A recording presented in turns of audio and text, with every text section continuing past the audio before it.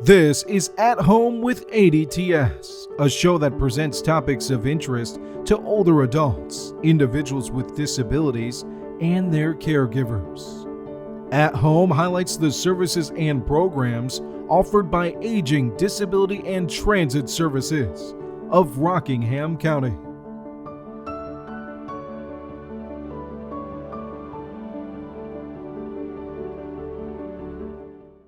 Welcome to this edition of At Home with ADTS, a program about supportive services offered by Aging, Disability, and Transit Services of Rockingham County. I'm Asheley Cooper, Community Outreach and Development Director here at ADTS. ADTS has been in operation in Rockingham County since 1973. Our goal is to assist and link senior adults, individuals with disabilities, and their families with information, opportunities, and services that promote and enhance well-being, quality of life, as well as to meet the local transportation needs of our Rockingham County residents. We would like to take a moment to give a special thank you to United Way of Rockingham County for their long time and generous support of our Meals on Wheels program. United Way of Rockingham County brings together local people to help raise local dollars to meet local needs, and we thank everyone who's contributed over the years. Today, we're going to talk about geriatric care management services. But before we dive into that, caregiving can be extremely overwhelming. Sometimes it's hard to ask for help, even know what options are available. And that's where geriatric care managers come in. They specialize in assessing situations and determining the best support for you and your loved ones. In today's episode, we're going to explore how geriatric care managers support caregivers, how to access one in your area, and why it's important to utilize this wonderful resource. Our guest today is Jennifer Harris, owner of Age Advocate. Hi, Jennifer. Hey, Ashley. Thanks for having me. Absolutely. Thank you for taking your time to share this wonderful tool with everyone. So before we dive in, can you just tell us a little bit about yourself and about your role at Age Advocate? Absolutely. I am an out-of-state daughter, a local daughter-in-law, and in that sandwich generation, I'm the mother of 21-year-old twins.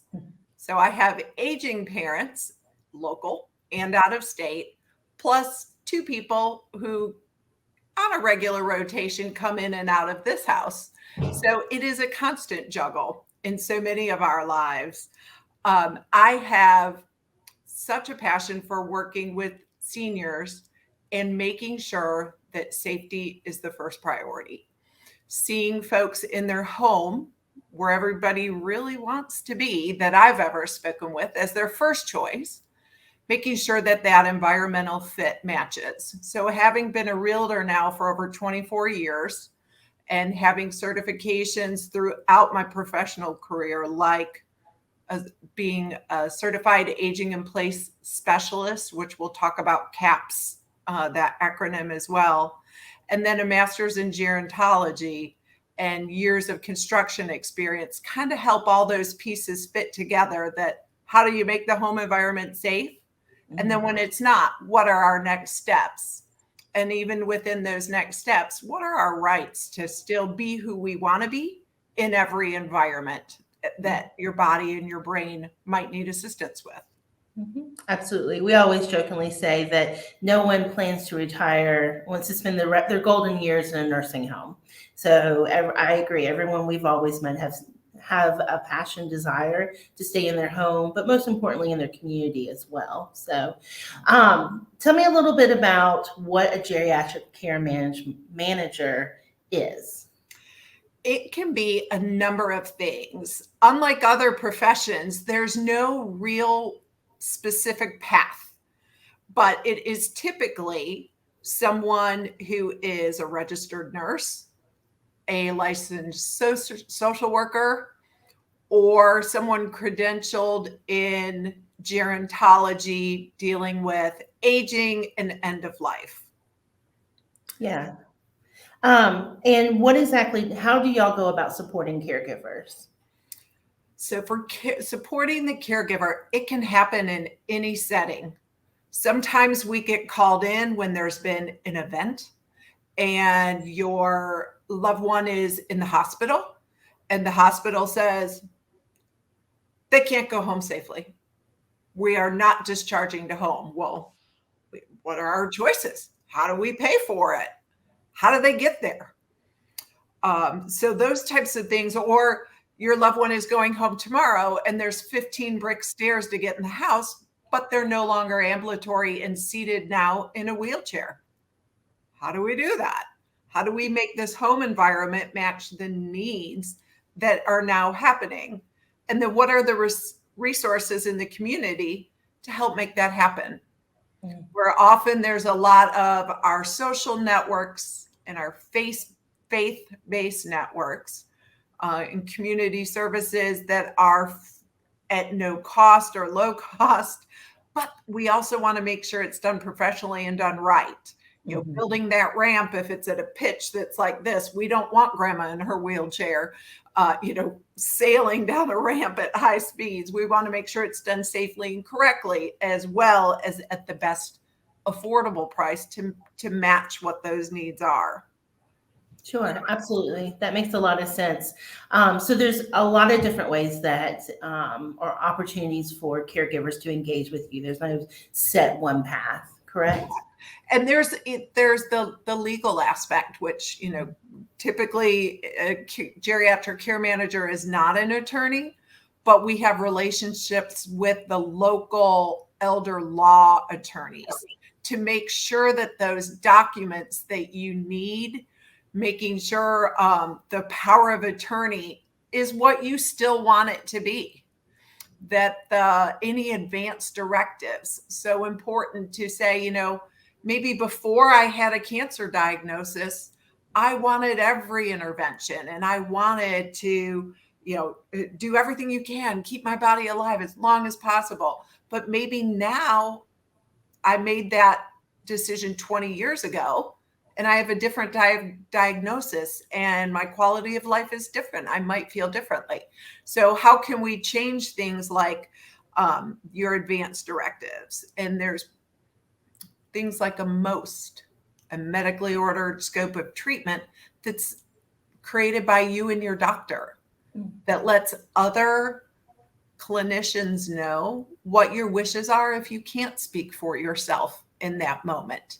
And, some of those are created specifically by legal professionals. Some are created by medical professionals. But if you feel strongly about how you want your final days, or anytime you're in an extreme crisis, if you want to have a say-so in that, if you can't use your own voice, let's have those things decided early and in writing, and make sure the important people in your life know what they are and where are they. If they're locked in the bottom desk drawer on the right, where's the key? Right. So often I'm given a coffee can of keys. Here, it's in the safety deposit box. The key's in here. What bank? Right. Right. What are these things? So having these conversations early and knowing also who are the important people.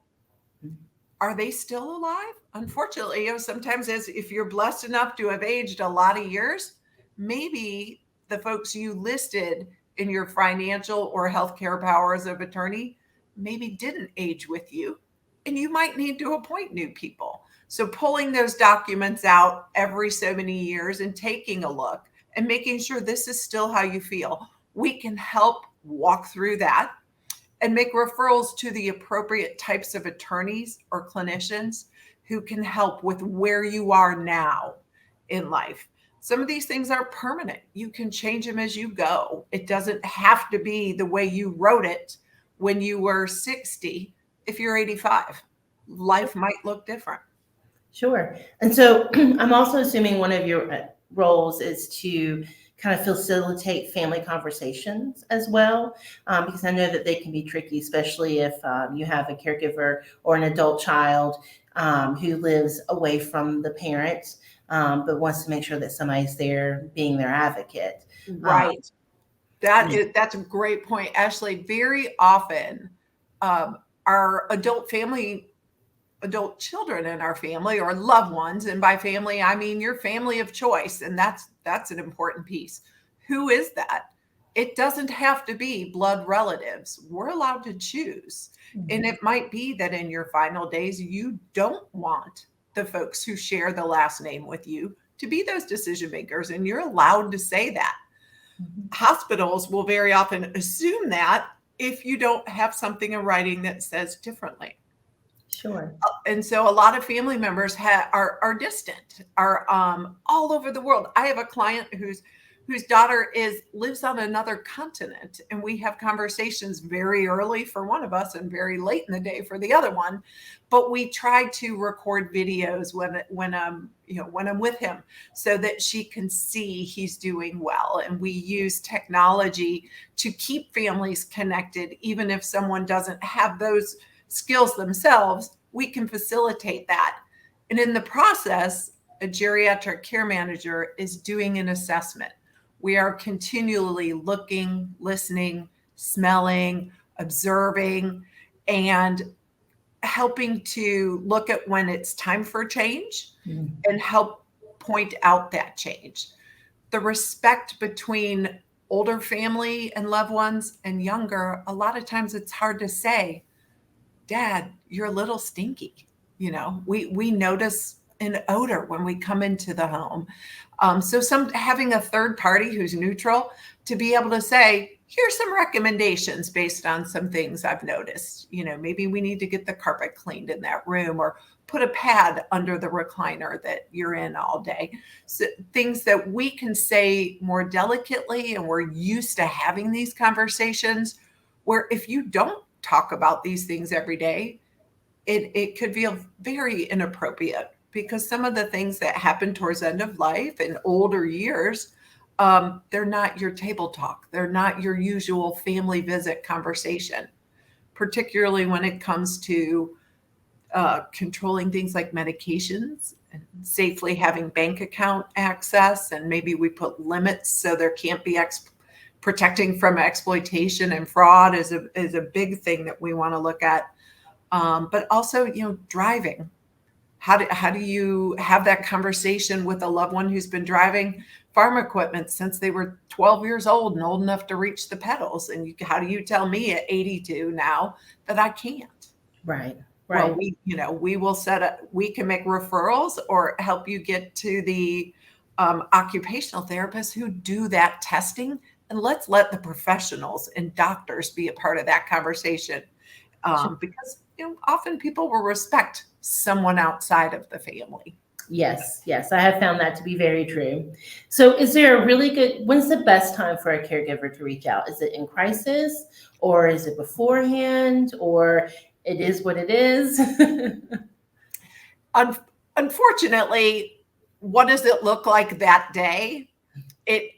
Most folks are doing fine at home till the day they're not. And whether that is an event, a health event with the body or in the brain, or if it's a new diagnosis, a change in cognition, it's early as possible allows for planning, and it'll allow for more choices. If your loved one can't go home safely, maybe we're getting a recommendation from the physicians at the hospital at a discharge, or your local primary care physician who follows you on a regular basis, that it's time for a skilled nursing or assisted living. The earlier you act, the more input you can have. So we can look at the finances to say, how long can you afford to sustain at this level? And where is it in proximity to family members? Maybe closest to the current home isn't what's most important. If the people who will visit are your church members, and that's 30 minutes away, maybe we need to look at the appropriate facility that's near where the community contact is going to remain. So the more we know that early on, the more decision making the individual whose life it is, they can have that input. And I think that autonomy and that input is what's so important. I completely agree with you. So as a caregiver decides to reach out, is there certain information they need to have together before they call you? And what is that process like once you start a conversation with them? And reaching out for most of the geriatric care managers, it's through the web, looking at the websites to decide, some there's clinical folks on some teams in it, or maybe it's just you need help with the Medicaid application that your loved one is spending down, or you're looking for in-home aid services to come in, or placement in long-term care, or making modifications to the home to make it the safest for the longest time frame. So looking at the strengths of the caregiver, the geriatric care manager that you're working with, the websites are a wonderful resource. Groups like ADTS and your senior centers, Rockingham County's got a great, your adult services through your county's Department of Social Services is a wonderful resource. And looking at what the needs are, and then who services your area. I know that working with families in Rockingham County, that's kind of hard because, the more rural the area, sometimes we have to reach into Caswell, or we might have to reach into Stokes or Guilford counties to try to get all the resources that we need that can serve that older adult. Things we want to know up front: who's the decision maker? Are you the power of attorney just because you're the one who's there, the boots on the ground doing the hard work? But are you the legal authority who can make decisions should that individual's voice not be able to be used at that time? Or is there someone else we should talk to, and copies of those documents? I so often I will see things that are still stamped draft. They never got executed.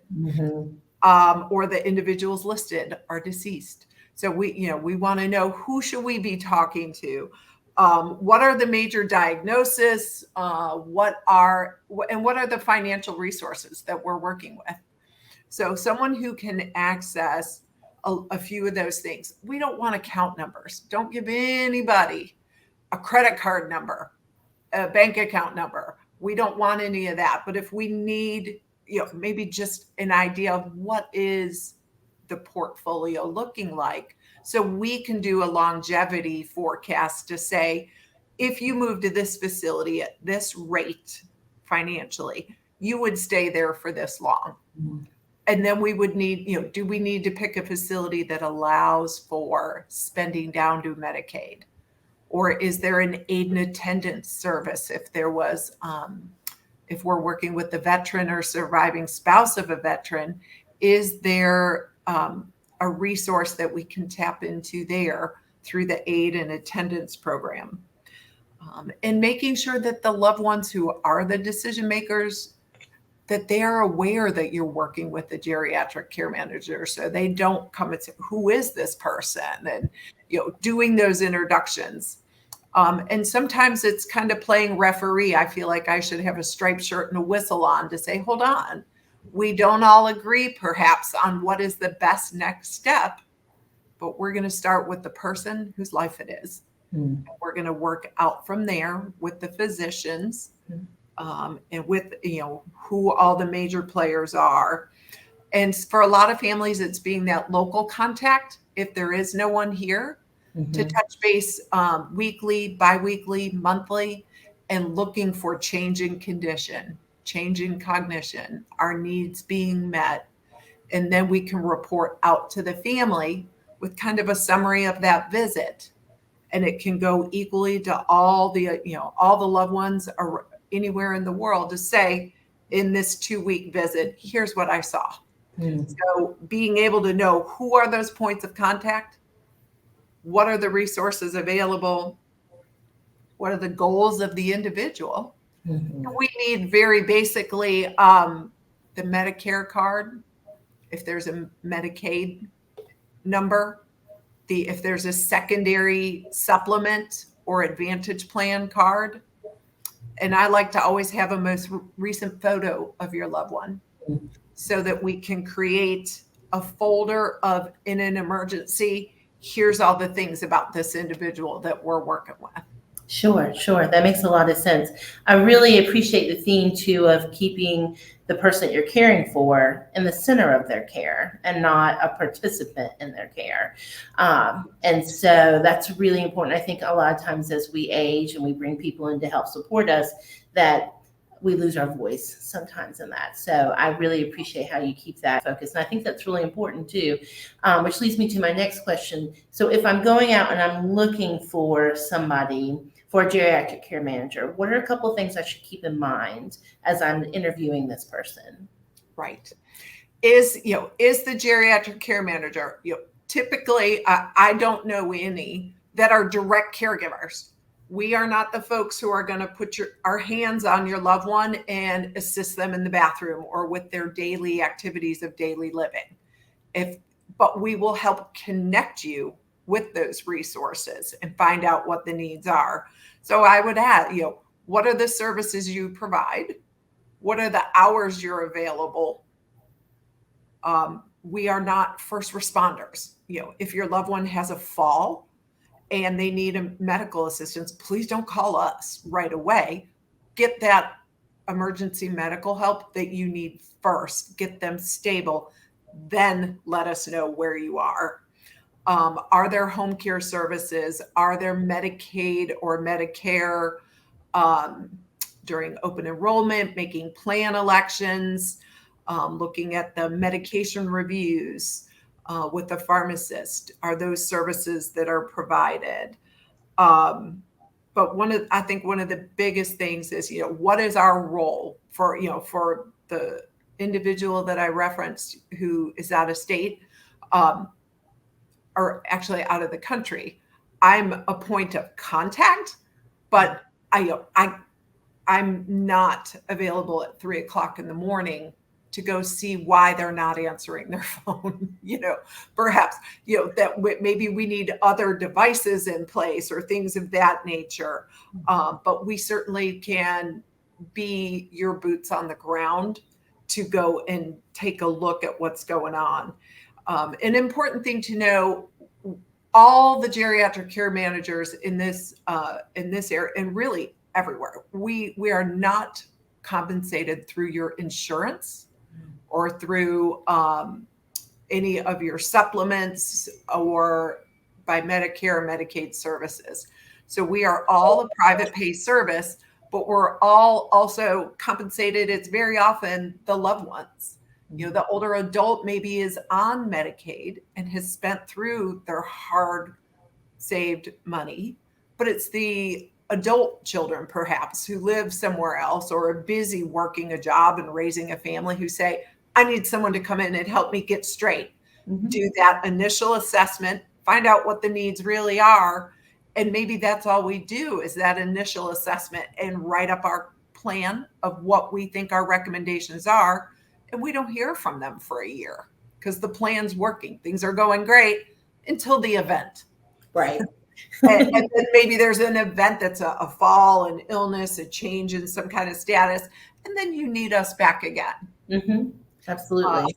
But also we all refer to each other based on our strengths so it's that connectivity within the aging services in the triad in our region of the state, to know here, this is an appropriate referral to the Area Agency on Aging or to DSS for a Medicaid or in-home service application, things like that.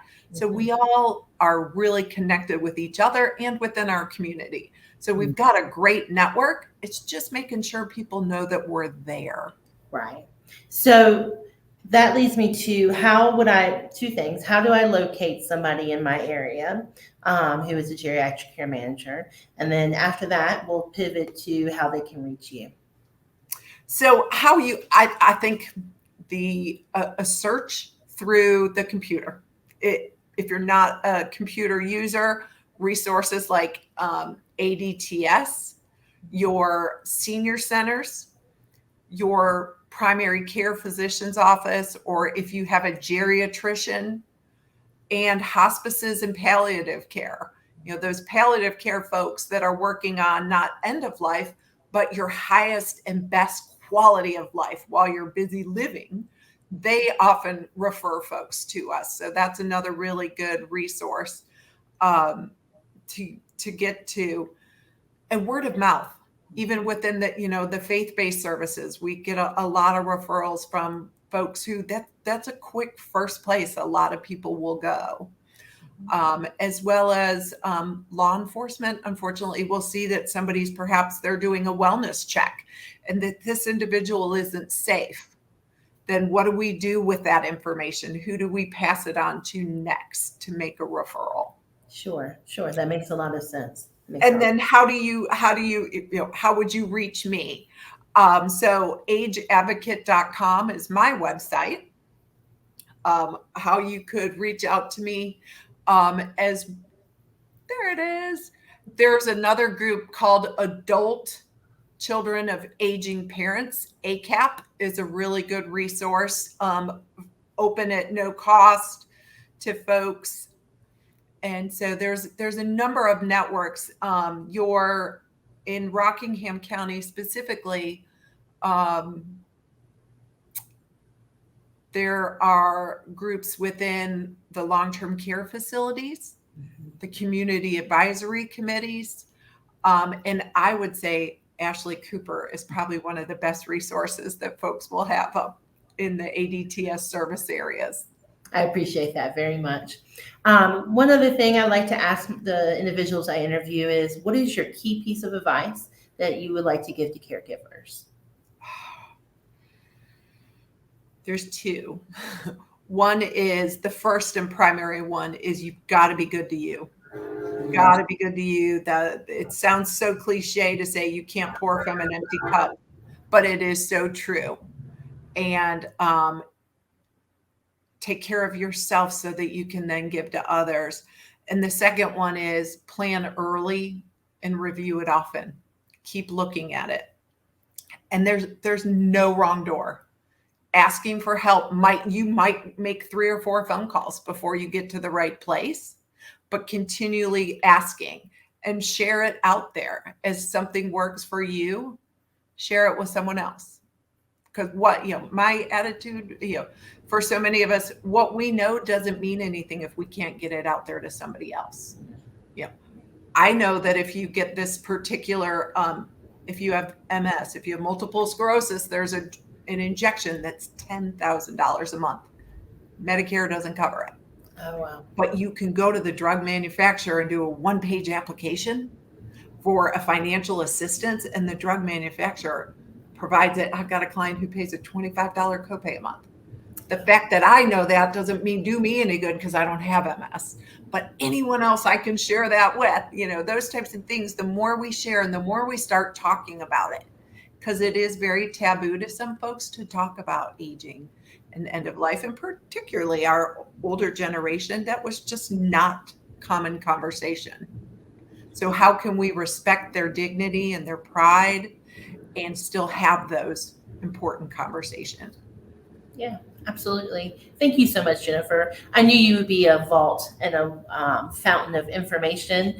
And so I'm just really glad that you were able to join us today and share what you're clearly passionate about, which is helping older adults age with dignity and respect, as well as helping their caregivers get through it, because it can be extremely lonely and overwhelming. And so you guys are a great resource and tool. So anytime I come across a caregiver, I'm like, you need to try one of these. You need to try one of these folks.